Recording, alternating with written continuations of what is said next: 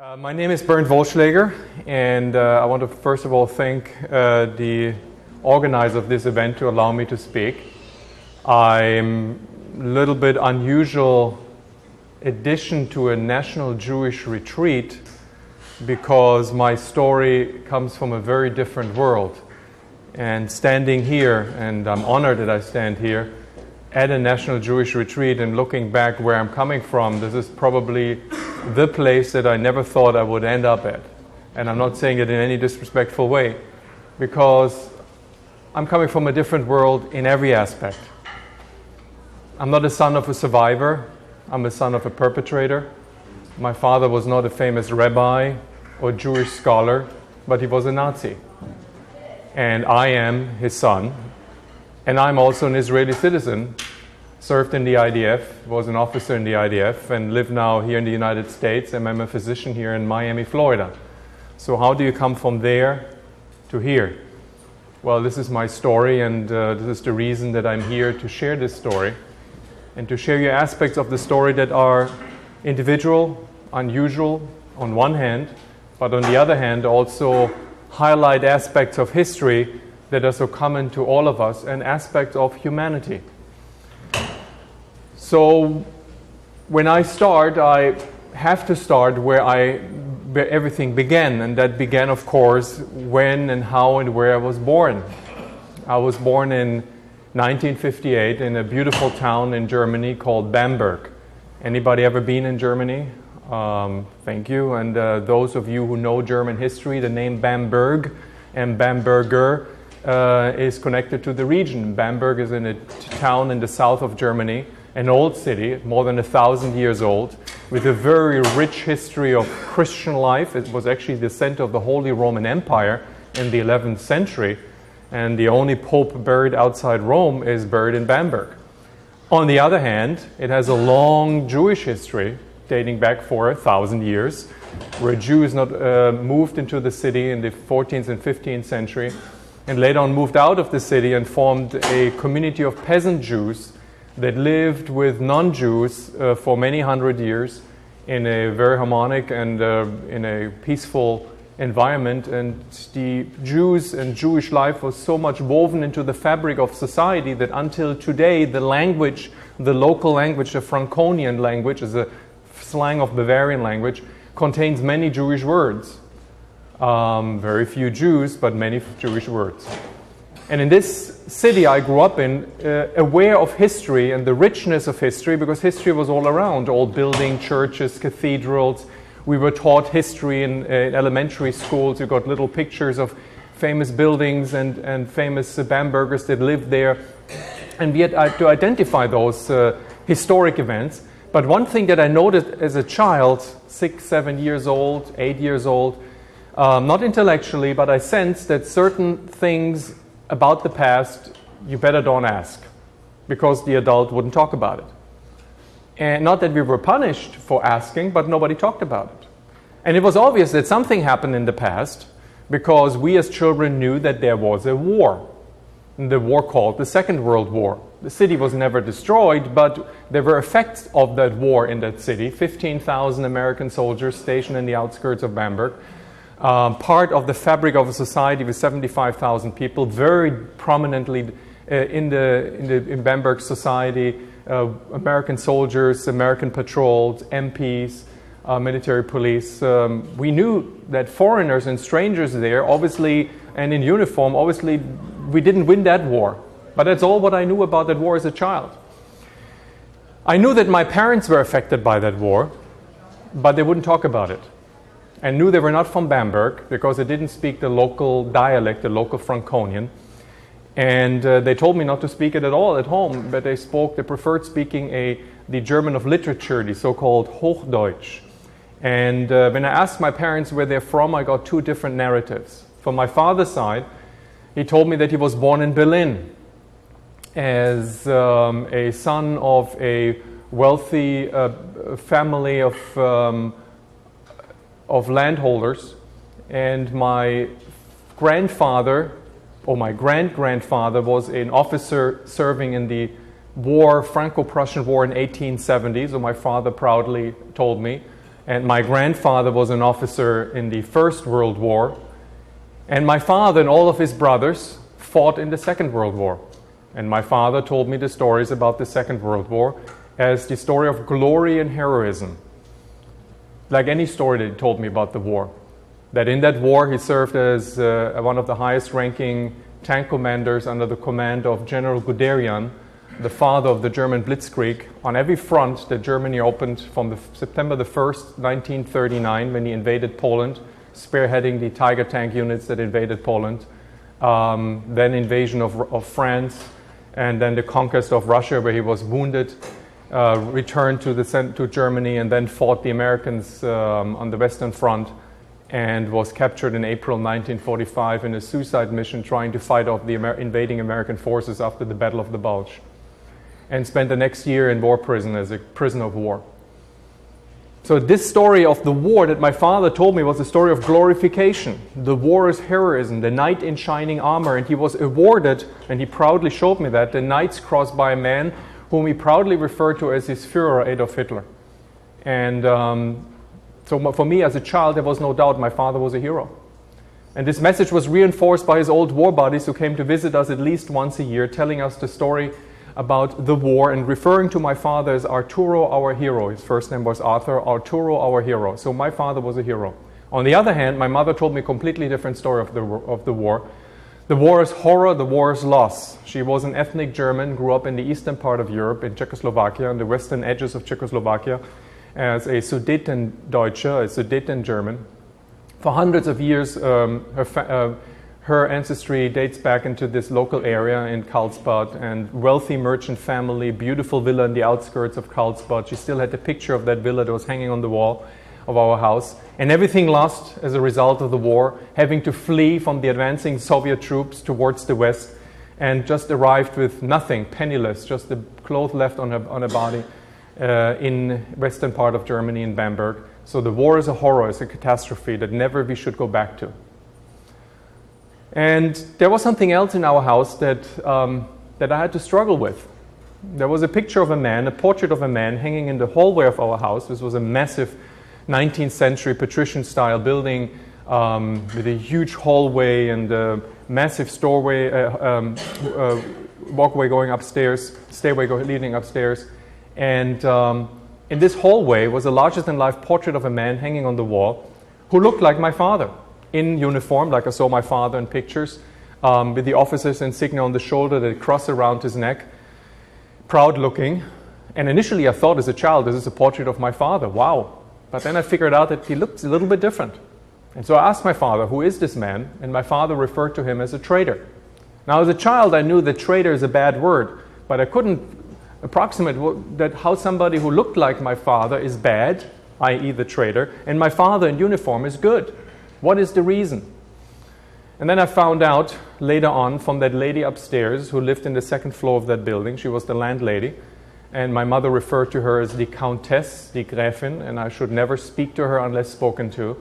That this man on the picture portrait was a portrait of Count Klaus von Stauffenberg, the German colonel who was leading the assassination attempt on Adolf Hitler on the 20th of July 1944, who failed and was executed the same night. His widow, Nina von Stauffenberg, lived upstairs.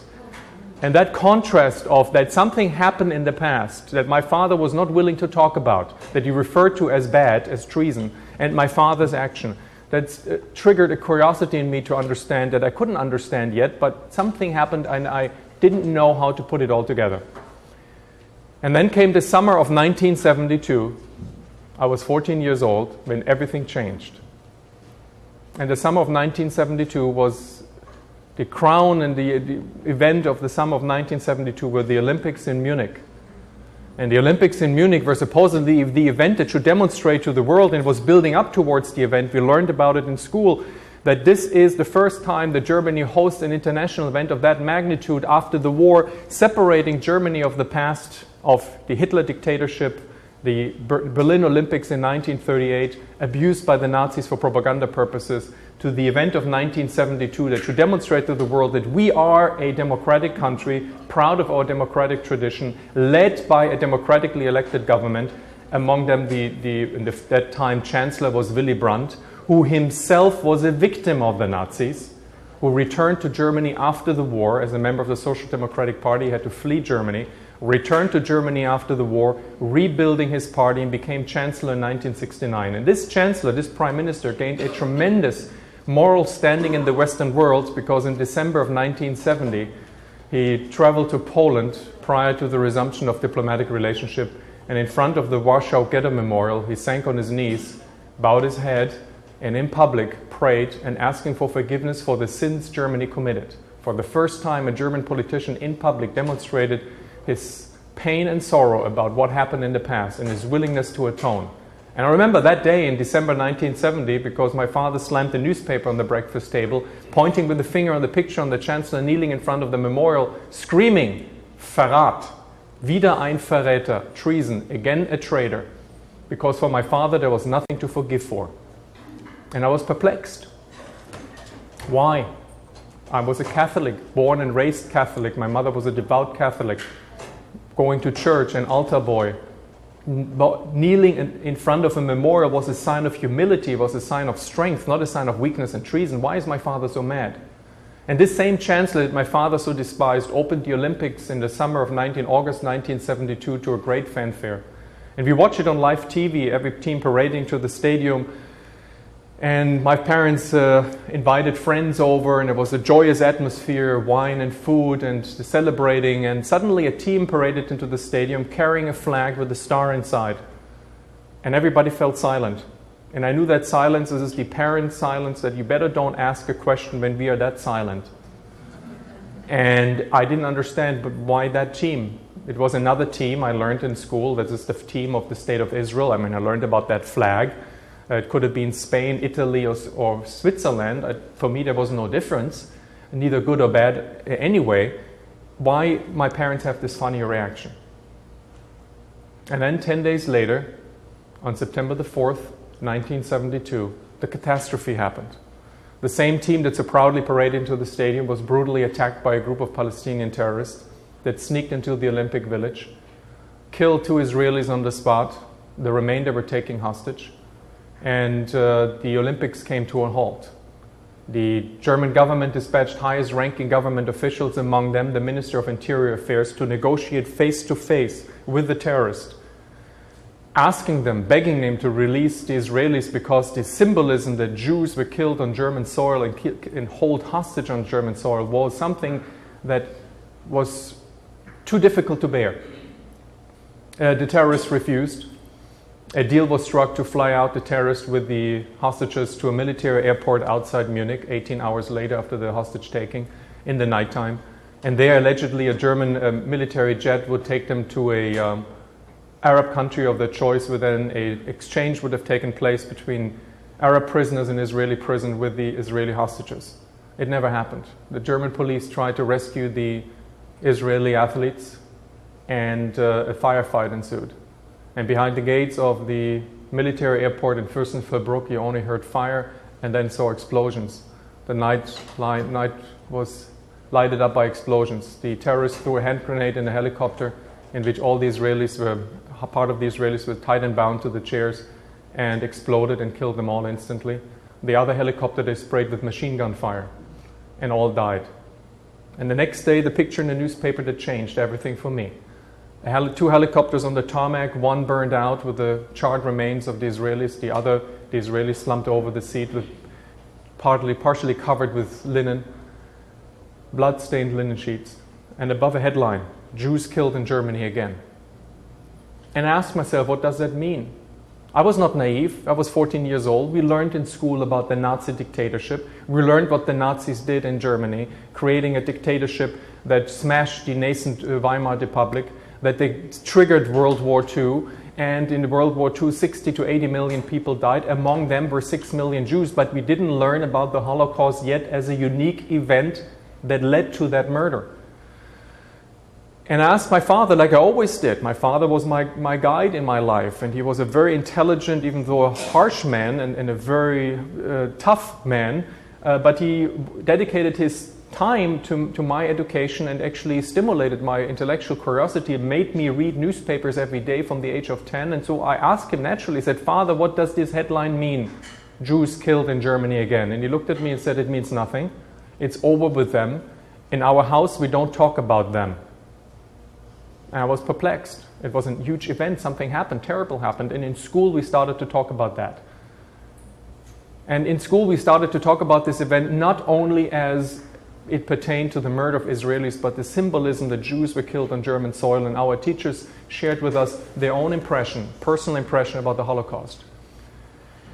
And for me and for my fellow friends in the class, was the first time that we heard about the extent, the systematic murder of Jews as a policy of the German government, done by Germans, committed by Germans, with the intent to wipe out an entire people, systematically, not as a result of war, systematic genocide. And I was stunned. Not only that it happened, I heard about it, of course, but what did my father do and his war buddies? The war hero who battled on every war front, what did he do? What did they do? And I asked him when I came home, I said, Father, in school we learned about the Holocaust. What did you know about it? I didn't dare to ask, what did he do? What did you know about it? And he looked at me and he said, your teachers told you that? It's all a lie. They're communists. It never happened. And I knew that cannot be true, that there was too many events happened. There was this discrepancy between what my father pretended to tell me about the past, glorification, and what truly happened. And I started to read as much as I could about that time, ferociously. Anything I could find in the library and bookstores. And not only about the historicity of the events and what led to the events, but also trying to find an answer. What did my father do? And I needed to find out. And so I asked him, trying to ask him questions, and the only way to get answers out of him was to use his weakness, and one of his major weaknesses was that he was a raging alcoholic.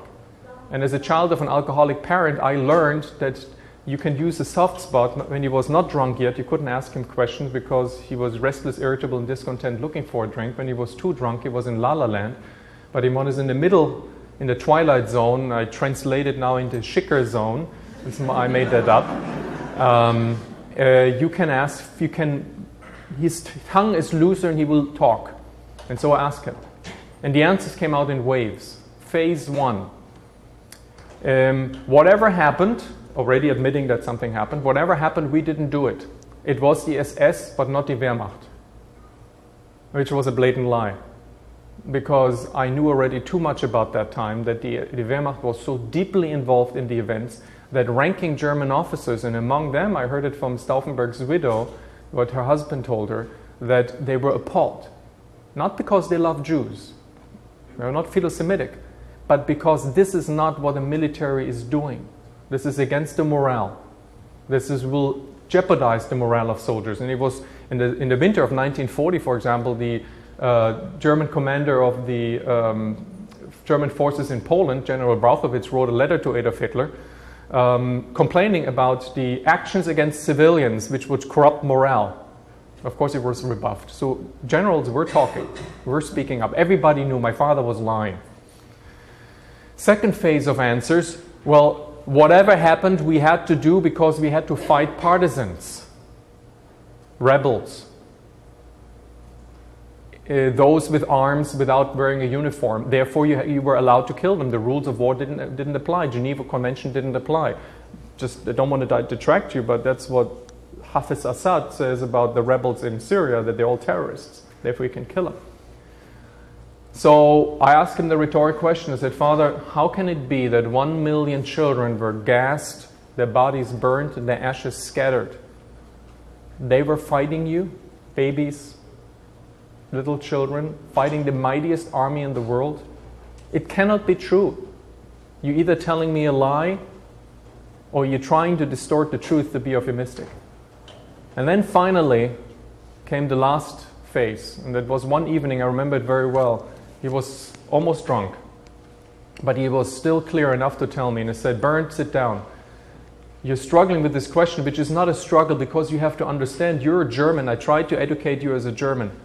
We have to represent a certain race, a purity of a certain race. And we had the historic responsibility to clean up the mess that was left behind after so many generations. The riffraff in the East. We had to clean it up. And we did it by putting them away in camps. He never used the term concentration camp, he never used the term murder, never used the term gas. And the only mistake that we made is that we used the train capacity to transport the Jews to the camps, which we didn't have available to supply the troops in the front. Therefore, we lost the war. Ergo, the Jews made us lose the war. Which is not an unusual argument. I mean, it sounds horrible for us. It's not an unusual argument. It was made actually after the First World War by nationalistic Germans, that Germany lost the First World War because socialists and communists, this was a code word for Jews, backstabbed the German nation on the home front, and therefore the home front was weakened and they lost the war. So a similar argument he made, that they were distracted and therefore they lost the war. And this was for me not only appalling on a political and emotional level, it was also, how can my father, the man I loved, the man I respected, the man who guided me, there's only one father in one's life, can have such an attitude and can be so callously discarding the murder of so many million as a necessity.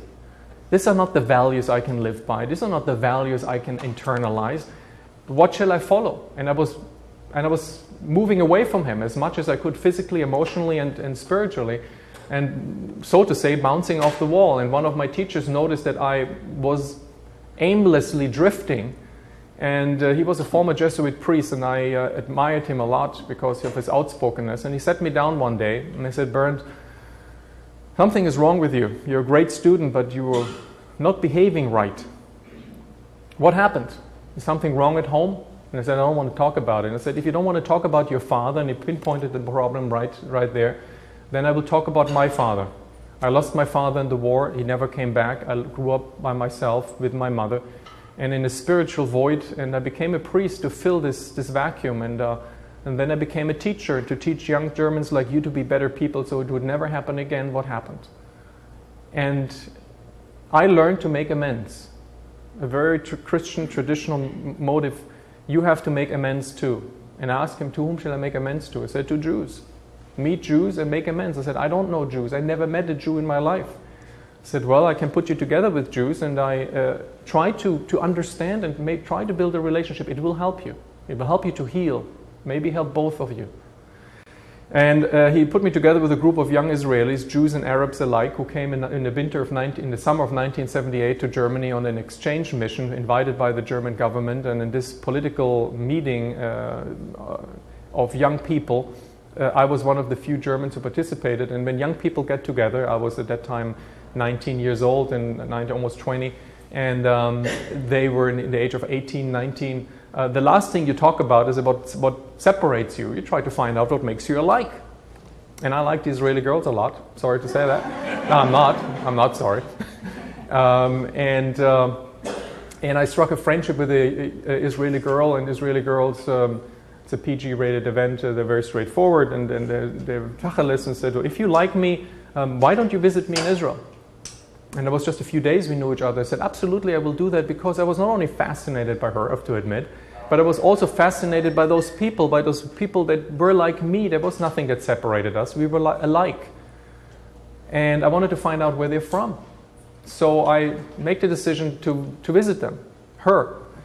And 1 month later, I scratched some money together. I had not much, and took a hitchhike to Italy. And from Italy, in the harbor city of Ancona, port city of Ancona in the Adriatic Sea, I took a boat, not a cruise ship, a ferry. I don't recommend to repeat that. And shipped through the entire Mediterranean for 4 days to Haifa.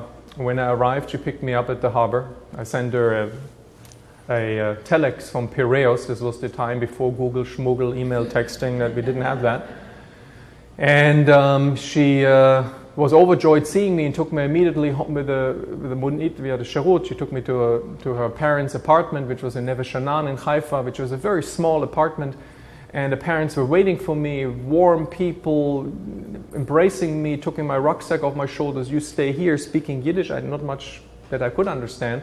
Putting my rucksack in a corner, her father showed me the room and sat down. "You must be hungry, eat."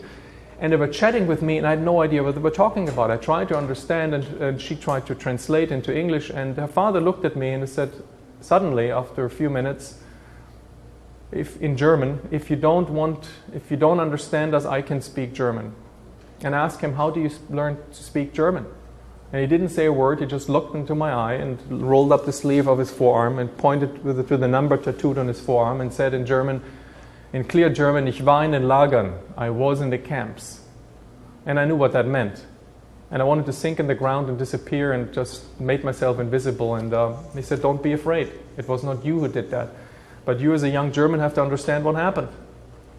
And do you? And I said, I don't think I do. And he said, I will make you understand. And he was a very kind man, but very determined to teach me. And he took me to Yad Vashem in Yerushalayim, the Holocaust Memorial, to introduce me to the concept of the Shoah, not the Holocaust, which is a horrible word. Holocaustus means the burnt offering, and this was by no means a burnt offering, the Shoah. It was a mass murder, no religious ceremony to sacrifice people on the altar of whatever ideology.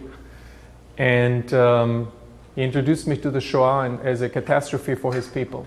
And I was, for the first time, it really dawned on me what that means.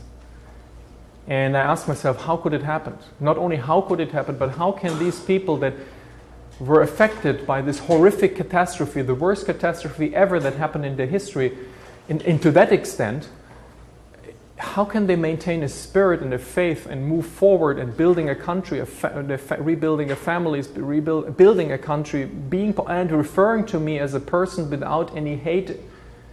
Who are they? And I wanted to find out about Jews. So on my way back to Germany, I was taken by the thought, how can I learn more about them? Because these are unique people. And in Bamberg, in my hometown, I was looking for a Jewish community, and there was actually one left, small Jewish community. And I knocked one day at the glass door of a building that I found in downtown Bamberg. And there was this beautiful colored glass door inside the building, and above that glass door was a golden star. And I knocked at the glass door, and an old man opened up, very reluctantly pointing with a finger to the upstairs, and said, the dentist is upstairs, because he thought I wanted to go to the dentist. It was located in the second floor. I said, I don't want to go to the dentist, I want to come to you. And he almost slammed the door on me, and then obviously I was not looking threatening. He said, what do you want? And I said, I want to go and learn more about Jews. I'm here for that. And he looked at me and let me in. I probably thought I'm crazy. And sat me down in his office. It was a dimly lit office. The curtains closed, the window was closed. It was a summer day, no air condition. The fan didn't work. Very warm. He took off his jacket, had a short-sleeved white shirt on, very white, very pale skin, and a number tattooed on his forearm. And I knew what that meant. And I was staring on the number. And he looked at me and said in Yiddish, das is Auschwitz. Was willst du? What do you want? And I told him I wanted to learn about Jews. And he looked and said, I can't tell you about Jews. I'm here the chair of the community. I'm a Rosh HaKehillah. We're a little community of some Holocaust survivors who stayed in Bamberg after the war. I'm just holding together a bunch of alte Kackers. That's what he said. And then he looked at me and said, what do you want from me? I said, I want to learn about Jews. And he looked and said, I have maybe an idea, maybe a job for you. I have to take care of these alte Kackers, and there's really a pain in the tuchas. I don't want to do that anymore. I'm too old. I need a goy. I need a Shabbos goy. And he looked at me. I said, I don't know what that means. And he said, well, in return for coming and helping me take care of everything, I will teach you. Do we have a Geschäft? I said, absolutely. It was my ticket into the community. And so every Friday, every Saturday, week by week, month by month, holiday by holiday, I served as a Shabbos goy, which you can imagine what that means. And I was not very well accepted by this group of, as you refer to as the alte Kackers. They were old Polish Jews who lived in Germany after the war because they didn't want to move anywhere else, and they got jobs provided by the occupation forces, by the Americans, that Germans couldn't take, and established an existence there. And they had their little world carved out in this community center, and for them I was an intruder. Of course I was the intruder. And slowly I grew into this family of choice and was slowly accepted. And the closer I came to this community of choice, on my family of choice, literally, the more my family of origin pushed me away. My father found out, and he found out and put literally set an ultimatum and said it's either them or us. And it came to a head on a Christmas Eve, which fell on a Friday night. I don't know what year it was. When Christmas Eve, a big event in our household, my mother set it up as a large a family event which involved going to the Mass and Holy Mass in the evening, coming back home, having a festive table, carp, which was symbolic notion to eat fish, a lentil soup, and then going into the living room where the Christmas tree with real candles was set up, and my father was standing next to the Christmas tree in his finest dark suit, the knight's cross around his neck, always, celebrating Christmas by singing festive Christmas hymns. And I was not there. And when I came home the next day, all hell broke loose, and my mother crying, my father yelling, and he demanded to know where I was. And I said, look, let's stop this Greek tragedy, because you may know where I was. I was in temple. And I want to tell you something else. I won't sit on the same table with somebody who has blood on his hands and pretending to celebrate the birth of Christ. It's absolute hypocrisy. I don't do that anymore, and I don't want to see this cross around your neck and to celebrate this holy Christmas day. I don't want to see that. And he said, you don't? No problem. Raus. Get out. And so he kicked me out, which was a little problem because I had no guilt. And without guilt, there's a little problem studying, and I was already in medical school. And Itzhak, the chair of the Jewish community, noticed that I was under pressure, that I was not the same person. And he observed me, and he must have told others, because suddenly one of the members of the Jewish community approached me and gave me, without saying anything, he said, here, gave me 100 mark. I said, why do you give me 100 mark? He said, take it. And I never got money from anybody, so I went to Itzhak and said, Itzhak, Aaron gave me 100 mark. And Itzhak looked at me and said, so what did you do? Did you ask him for 200? I said, no, I did not. I said, you're too goyish. And I didn't know what that meant. I said, Itzhak, I don't know what point you want to make. I said, you're too German, sit down. You have to understand, and you don't understand it yet. We are all Holocaust survivors, and many of us don't have emotions left. I had to rebuild my emotions and my relationships carefully, and Aaron is one of them who couldn't. And for him to express his emotions, to use money, and he wanted to tell you how much he appreciates for what you're doing, because we know that you gave up something, a lot. So we want to help you. Accept it. And from then on became their Benjamin. I was their Benjamin, and for the year after, I remember I was taken in by everybody in the warmest way that I never experienced before. And one day, unfortunately, Aaron died, and Itzhak approached me. He called me in the university, and I was living in the dormitories, and said, you have to come home. We need you. And I came home and said, what happened? He said, Aaron died, and we have one man short in the Chevra Kadisha, and we're too old to do the job, to wash him in a burial home and prepare the body and then bury him the next day. We need one more man. And he looked at me and said, I can't do it. I'm not Jewish. And he said, we decided you're one of us. So you do it. And in this emotional ceremony following by the burial and standing at the graveside saying Kaddish, I said, I'm one of them. What I'm waiting for. Now, I want to be a Jew. And I said, Itzhak, after the ceremony, I want to be a Jew. And Itzhak looked at me and said, it's not a good idea. And I told you that.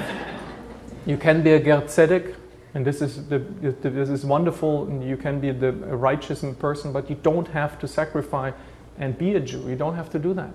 And I said, I want to. And I said, well, I can't talk you out of it. You're a stubborn guy, but I know a rabbi in Frankfurt who can.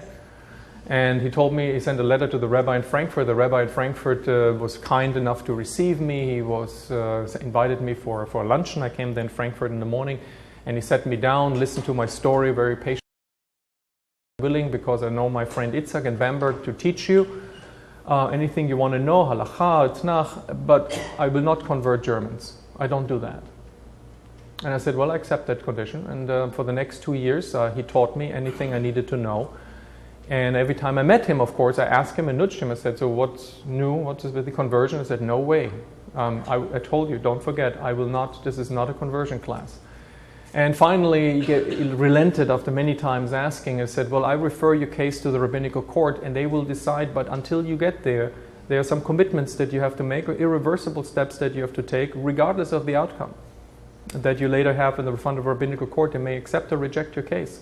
And that involved, of course, a little plastic surgery. You don't have to go into the details. And it had to be done according to halacha, kosher way, in I think it was glad kosher. Just kidding.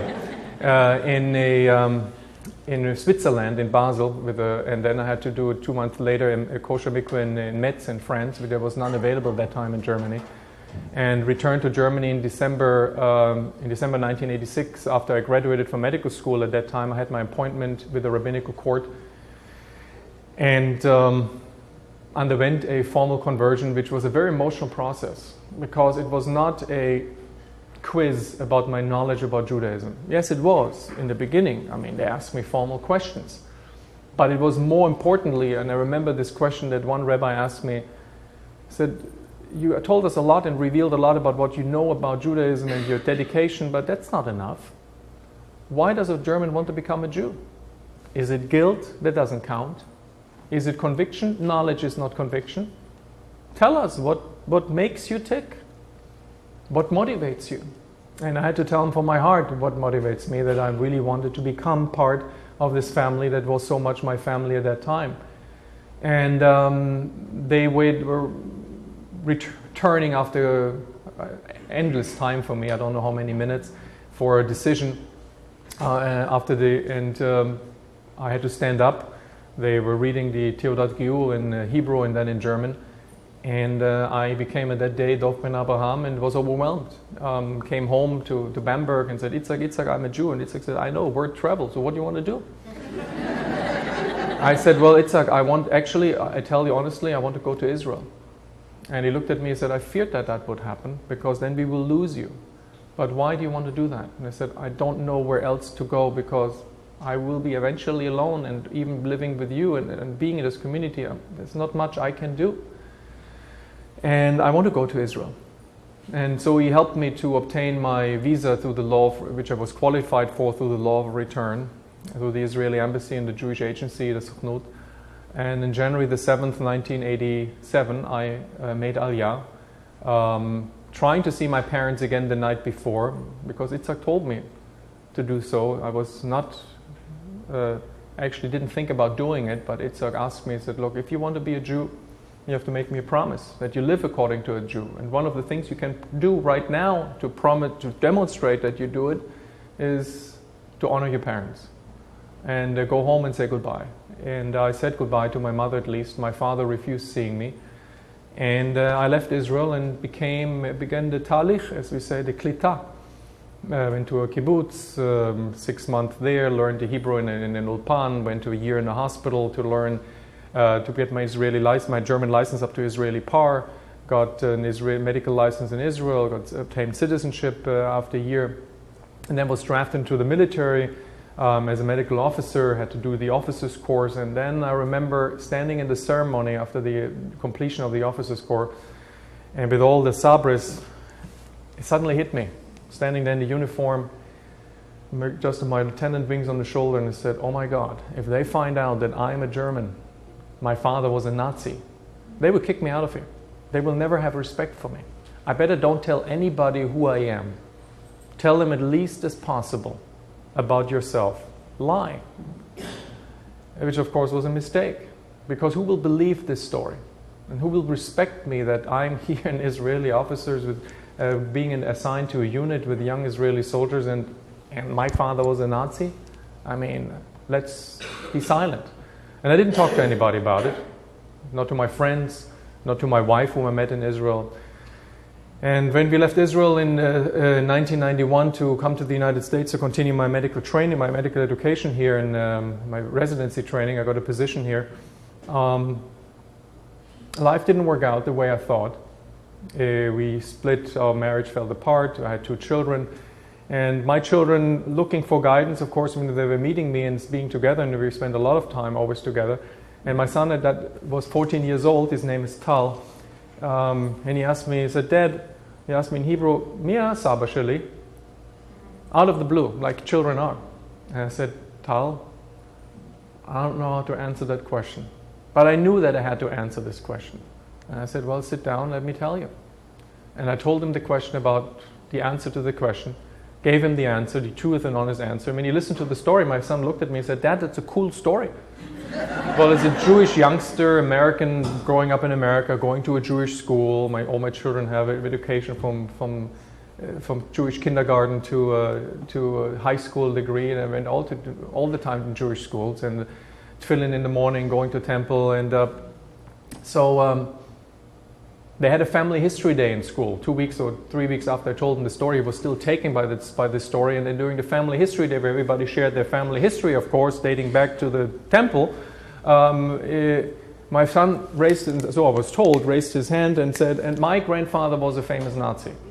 Now, if you do that in a Jewish school, I can guarantee you'd run into trouble. And I was called into the principal's office with the rabbi present, which was not a good sign, with all due respect to the rabbis in the room.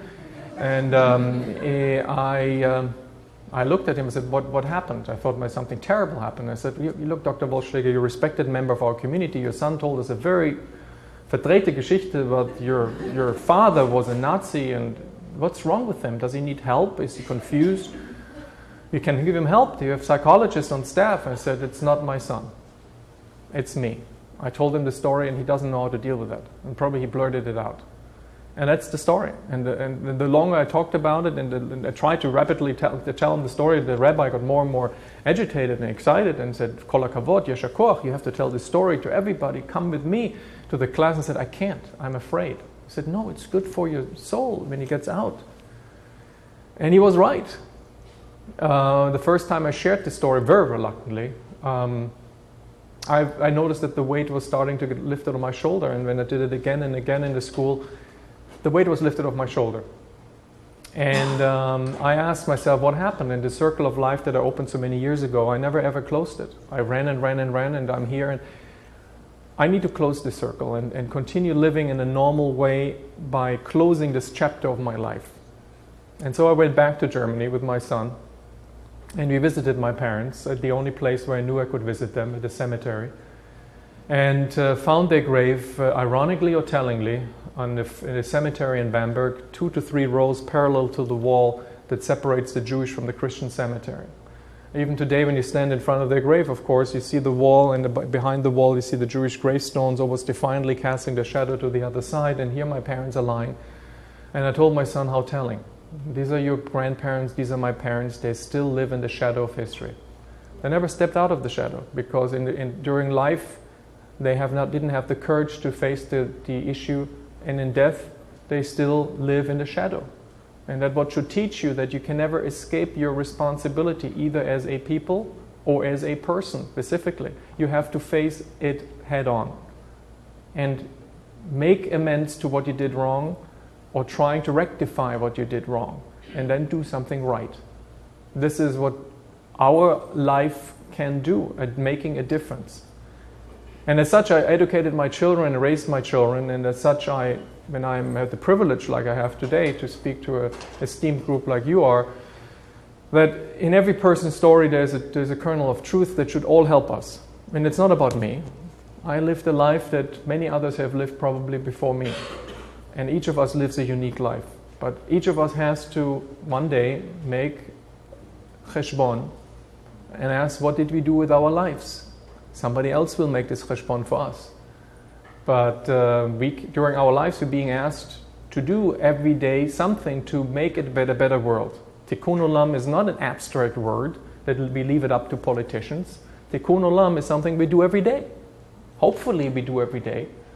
And as such, I'm not necessarily on a mission, but as such I'm trying to convince others that we need to learn from the past. Not only to learn to hate, which is the worst thing that can happen, because I experienced hate, what hate can do, but to learn to love and embrace our fellow brothers and sisters around us, learning to forgive too. I forgave my father for what he did, but not forgive him for what they did against others, specifically the Jewish people. But for him as an individual, I forgave him for what he didn't do with me, what he didn't tell me, but not absolved him for what he did in the past, because I learned later on that he was involved in horrible crimes. But to understand that we can only move forward if we understand where the hatred are coming from and what hatred can do. What I learned, that hatred starts with a word. And these words of hatred that are being uttered silently and then loudly, left unchallenged, will be followed by deeds, because people will act on it. and these deeds forming habits, and these habits lead into characters, form characters, and these characters form social norms, and then you can explain that entire groups will take an attitude like the Germans did towards the Jews. This doesn't absolve individual responsibility, but it explains why an entire group can act if the entire group condones it, because it all started out with the words of hatred. So where to start to stop hatred is to challenge those words, to raise your voices if those words are being uttered or being written, and have the courage to say it is wrong. And this not only affects Jews, unfortunately often Jews, but not only Jews, but any words of hatred against anybody and any group. To stop and listen and then respond. Because we as people should know specifically, and I as a German know specifically what hatred can do. And this is what we can learn from the Shoah. At least when I walked the killing fields of Auschwitz together with my daughter and had to digest these horrors which are so present on these endless killing fields that were created, the Dante's Inferno, the entry, like Rabbi Lau said, I remember him speaking in one of the March of the Living in Auschwitz, and he spoke about Dante's Inferno, the gates to hell. That's what human beings can do. But we can do also others. We can learn from that, close those gates, and build a better world. And I hope we all will do that together. So thank you very much for the privilege to listen. Let me speak and to listen. Thank you. If you like that video, hit the subscribe button and notification bell below for hours of the best Jewish content online.